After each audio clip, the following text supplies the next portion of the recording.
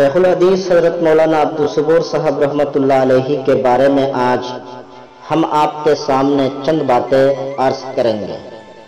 سب سے پہلے حضرت مولانا عبدالجلیل راغبی صاحب رحمۃ اللہ علیہ کی لکھی ہوئی کتاب مشاہیر علماء اور مشائخ آسام کے حصہ دوم سے چند اقتباسات پیش خدمت ہیں۔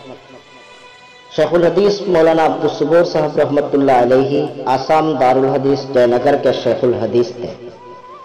آسام دارالحدیث جے نگر آسام کی قدیم ترین دینی درسگاہوں میں سے ہے۔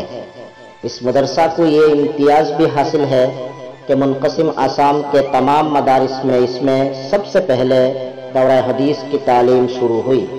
منی پور کے مشہور عالم دین، حدیث کے ماہر، منی پور کے ایک بہت معزز خاندان کے چشم چراغ مولانا عبدالرحیم صاحب رحمۃ اللہ علیہ اولین شیخ الحدیث تھے۔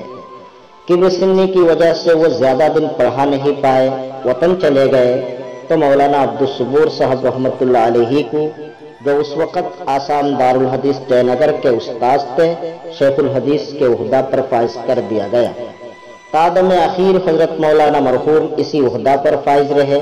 حضرت مولانا آسام کے ممتاز جید علماء میں سے تھے۔ ادب عربی اور حدیث پر آپ کو خاصا عبور حاصل تھا، چونکہ آپ مشرق ہند کے بحر العلوم شیخ الحدیث حضرت علامہ مشاہد صاحب رحمۃ اللہ علیہ کے خاص شاگردوں میں سے تھے۔ اس لیے مولانا عبدالصبور صاحب نے استاد ذیشان کے بحر علوم سے خوب موتیا اور جواہر پارے چنے اور اپنے دامن کو سجایا۔ بیچ میں 1 سال کے لیے دارالعلوم دیوبند بھی چلے گئے تھے، وہاں دوبارہ دورہ حدیث پڑھا۔ حضرت شیخ الاسلام مولانا سید حسین احمد مدنی رحمۃ اللہ علیہ سے بخاری شریف اور ترمذی شریف پڑھی۔ اس طرح حضرت مولانا عبدالصبور رحمۃ اللہ علیہ کی علمی استعداد اور قابلیت میں 4 چند لگ گئے تھے۔ آسام دارالحدیث جے نگر میں حضرت مولانا نے 40 سال تک حدیث کا درس دیا۔ آپ کا درس بڑا پرلطف ہوتا تھا۔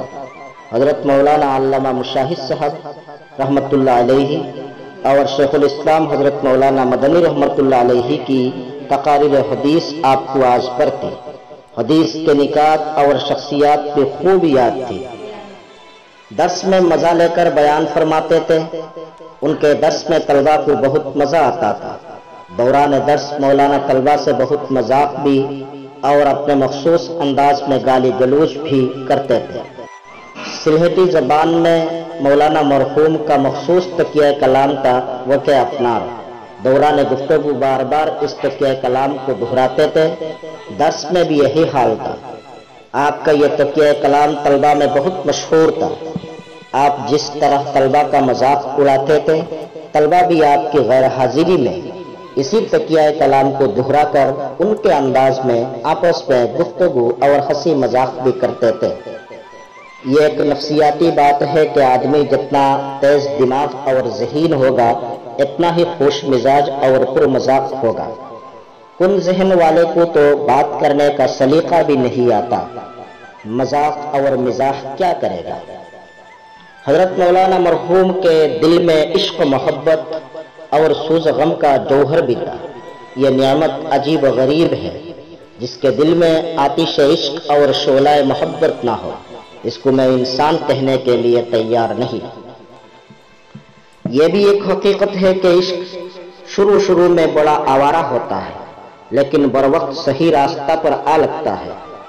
مولانا مرحوم اور کسی سے تو نہیں، مجھ سے ہی معلوم نہیں کیوں اپنی ابتدائی عشق کی آوارگی کے قصے مزہ لے کر سنایا کرتے تھے۔ شاید اس لیے کہ انہوں نے دیکھا میدان عشق کے پرخار جاڑیوں سے گزرنے میں جلیل ان سے بھی تیز رفتار ہے۔ کبھی تلاطم خیز دریا تیر کر عبور کر رہے ہیں، کبھی رات کی تاریکی میں بھاگے جا رہے ہیں، کبھی بلاخیز طوفان سر سے گزر رہا ہے اور آپ عاشق زار کی طرح انجام سے بے خبر گوشہ محبوب کی طرف دوڑے جا رہے ہیں۔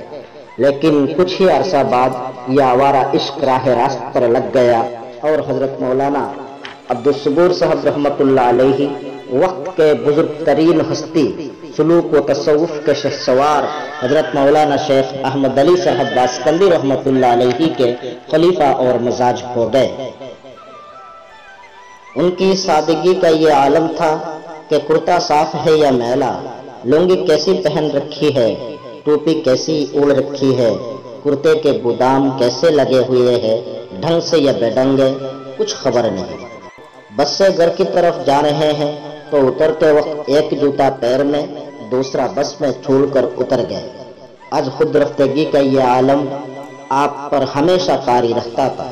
طلبہ کرتا لنگی دھوکے پہناتے تھے، دور کے ہی سفر میں وعظ کے لیے جانا پڑتا تو طلبہ اپنے میں سے کسی کا پاجامہ پہنا دیتے تھے، کرتا کے بودام بھی سلیقے سے لگا دیتے تھے۔